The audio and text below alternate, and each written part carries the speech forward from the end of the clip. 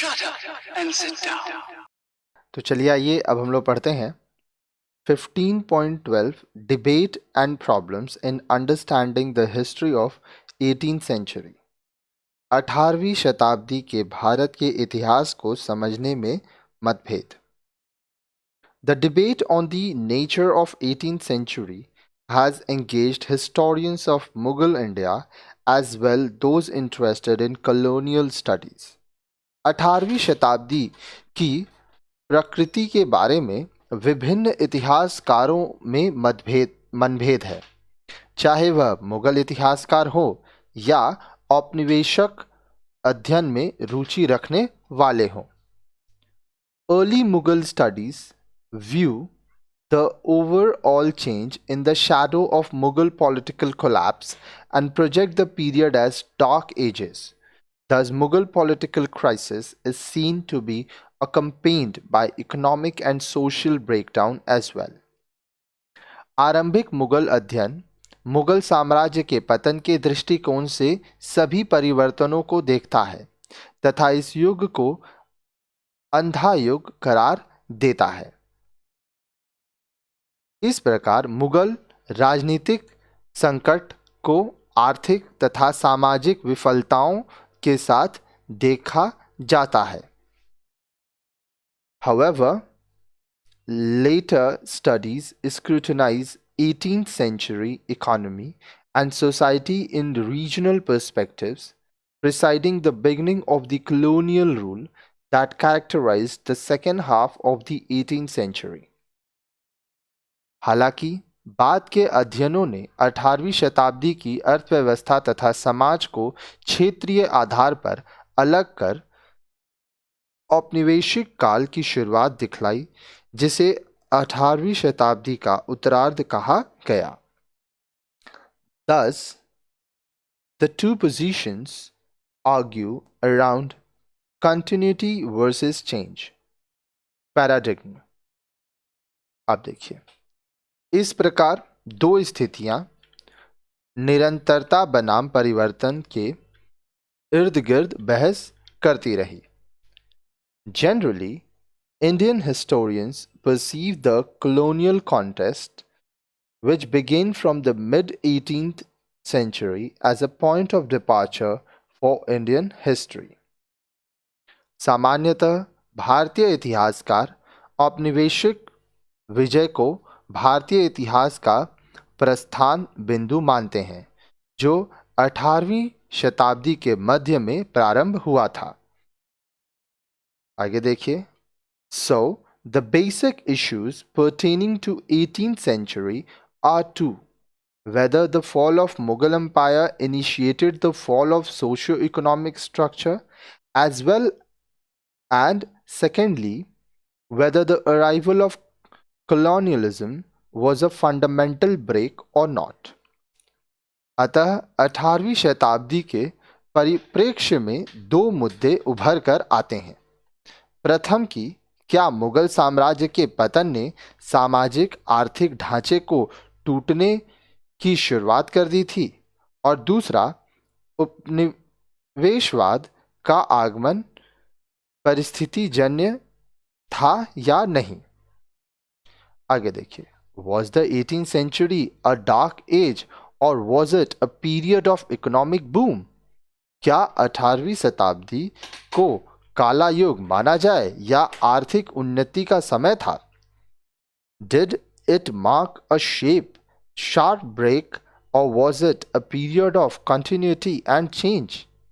क्या यह बड़ा अंतराल था या यह निरंतरता तथा परिवर्तन का युग था? How British power in India expanded during the 18th century. अंग्रेजी सत्ता भारत में किस प्रकार 18वीं शताब्दी में फैली? These and other questions concerning the nature of politics, society, economy, religion, and culture made the study of history of 18th century highly debatable. राजनीतिक, समाज अर्थव्यवस्था, धर्म तथा संस्कृति की मूल प्रवृत्ति से संबंधित ये प्रश्न 18वीं शताब्दी के इतिहास के अध्ययन में बहस पैदा करते हैं।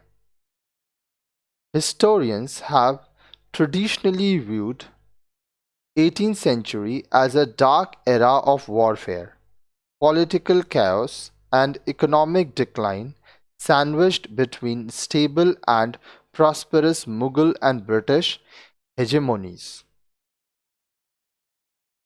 बोल रहा है, पारंपरिक तौर पर इतिहासकार भारत की 18वीं शताब्दी को काला युग बतलाते हैं, क्योंकि यह युद्ध, राजनीतिक कोलाहल तथा आर्थिक पतन, स्थिर व समृद्ध मुगलों तथा अधिपत्य शासकों के मध्य फंस गया था।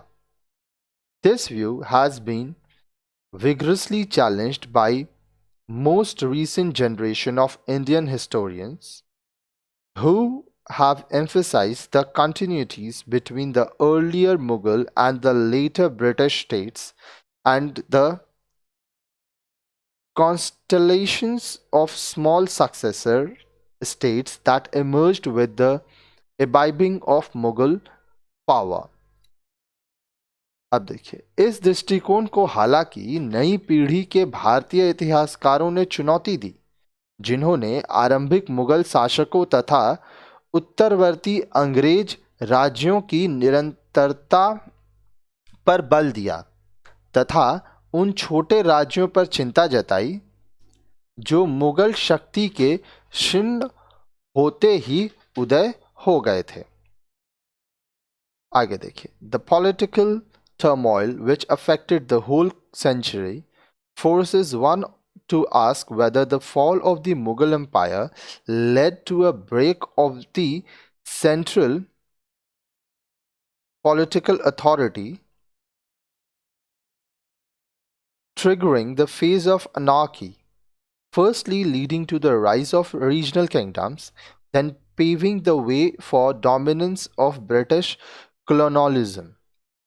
आगे देखिए, बोल रहा है कि पूरे भारत को प्रभावित करने वाली राजनीतिक उठापटक किसी को भी यह पूछने को बाध्य कर सकती है कि मुगल साम्राज्य के पतन ने केंद्रीय राजनीतिक शक्ति में एक अंतराल उत्पन्न कर अस्थिरता के चरण को जन्म दिया, जिसमें पहले तो क्षेत्रीय शक्तियों का उदय हुआ और बाद में इसने अंग्रेजी औपनिवेशवाद के लिए मार्ग प्रशस्त किया।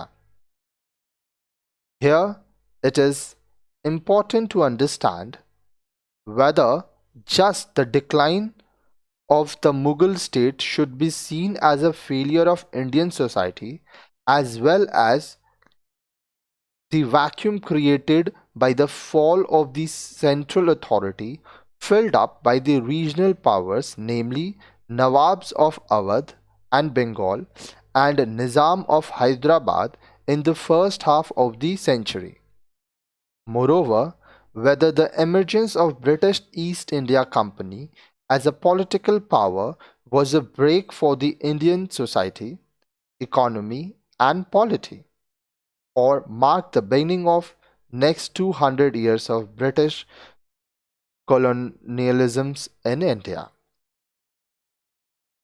यहाँ यह महत्वपूर्ण है कि मुगल साम्राज्य के पतन को ही भारतीय समाज में पतन के लिए तथा शताब्दी के पूर्वार्ध में केंद्रीय सत्ता के पतन के फलस्वरूप रिक्त स्थान को भरने के लिए अवध तथा बंगाल के नवाब तथा हैदराबाद के निज़ाम जैसी क्षेत्रीय शक्तियों का उदय के लिए जिम्मेदार मानना जाना चाहिए। तथापि क्या अंग्रेजी ईस्ट इंडिया कंपनी का आविर्भाव भारतीय समाज, अर्थव्यवस्था तथा राजतंत्र के लिए धक्का था, या अंग्रेजी औपनिवेशवाद के 200 वर्षों की भारत में यह शुरुआत थी?